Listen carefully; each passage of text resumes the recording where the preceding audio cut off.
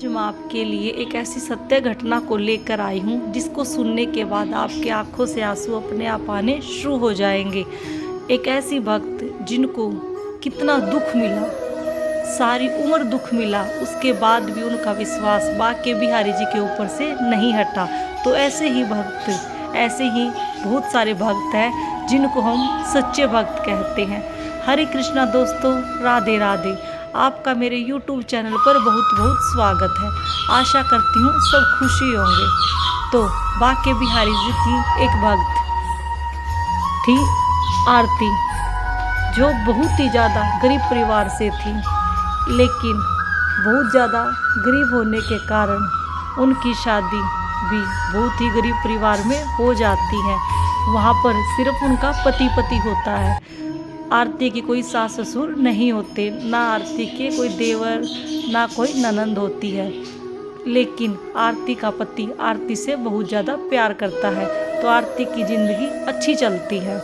लेकिन आरती की किस्मत ऐसी थी कि आरती की शादी के कुछ दिन बाद उनके पति काम पर जाते हैं और आते हुए उनका एक्सीडेंट हो जाता है, और एक्सीडेंट में आरती के पति की मौत हो जाती है।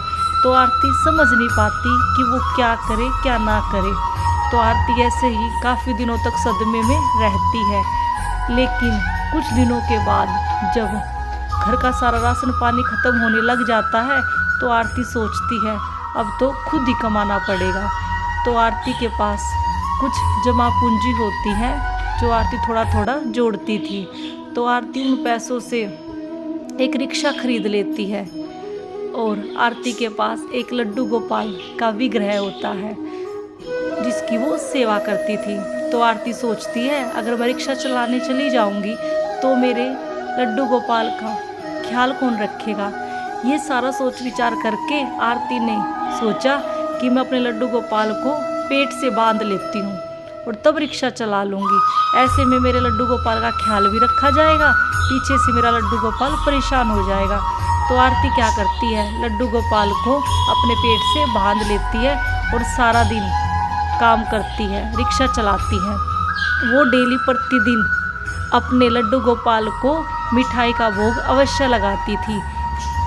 तो ऐसे ही कई दिन गुजर जाते हैं। एक दिन आरती जैसे ही घर आती है, खाना पीना खाकर अपने लड्डू गोपाल को लेकर सो जाती है।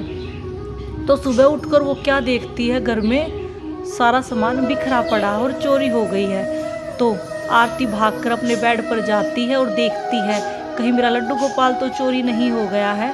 तो आरती ने देखा नहीं, उनका लड्डू गोपाल बिस्तर पर ही था। तो आरती खुश हो जाती है, कोई बात नहीं, और सामान चोरी हुआ कोई दिक्कत नहीं है, मेरा लड्डू गोपाल तो रह गया, वरना मैं रहती कैसे अकेले। ऐसे सोच विचार करके वो रिक्शा लेकर चली जाती है और सोचती है अब घर में तो बिल्कुल भी पैसे नहीं है, कुछ भी खाने का नहीं है, अब क्या करूं। तो वो सोचती है कोई नहीं, दिन में जो भी पैसे आएंगे मैं अपने लड्डू गोपाल को मिठाई का भोग लगा दूंगी। तो उसके पास इतने ही पैसे आते हैं कि वो एक मिठाई का पीस लेकर अपने लड्डू गोपाल को भोग लगा देती है। और ऐसे ही थोड़ा सा चलने के बाद, उनके गोद में लड्डू गोपाल था, थोड़ा सा चलने के बाद आरती को चक्कर आ जाता है और आरती नीचे गिर जाती है, क्योंकि उसने कल रात से ना तो कुछ खाया था और ना ही पानी पिया था।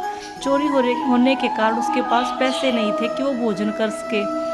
तो जैसे ही वो गिरती है, लड्डू गोपाल भी उनकी गोद से नीचे गिर जाता है। और जैसे ही आरती को होश आता है तो क्या देखती है, उनके लड्डू गोपाल नीचे गिर गए और उनका एक हाथ टूट गया था। तो आरती बहुत परेशान होती है। आरती के सिर में चोट लगी है, लेकिन आरती को इसका कोई भी अंदाज़ा नहीं था कि मुझे भी चोट लगी है। उसको क्या दिखाई दे रहा था कि मेरे लड्डू गोपाल का हाथ टूट गया है। तो वो भागकर अपने लड्डू गोपाल को लेकर हॉस्पिटल में जाती है और डॉक्टर को कहती है कि मेरे लल्ला का हाथ टूट गया है, आप इसको जोड़ दीजिए। डॉक्टर देखते ही समझ जाता है कि इनकी लड्डू गोपाल में बांके बिहारी जी में बहुत ही ज़्यादा आस्था है। तो डॉक्टर क्या करते हैं, उनको पट्टी बांध देते, प्लास्टर कर देते और हाथ जोड़कर दे देते हैं। तो जैसे ही आरती घर जाती है, जाकर सो जाती है, लड्डू गोपाल भी सो जाते हैं। तो आरती को एक सपना आता है, आरती माता मैं तो आपकी परीक्षा ले रहा था कि इतने बुरे समय में क्या आप मेरी ओर ध्यान दोगी कि नहीं दोगी, मुझे मिठाई खिलाओगी कि नहीं खिलाओगी। ये चोरी भी मैंने ही की है, लेकिन माता तू धन्य है, धन्य तेरी भक्ति है, धन्य तेरा दिल है। तो माता, तेरी जैसी माता के सामने मैं सिर झुकाता हूँ।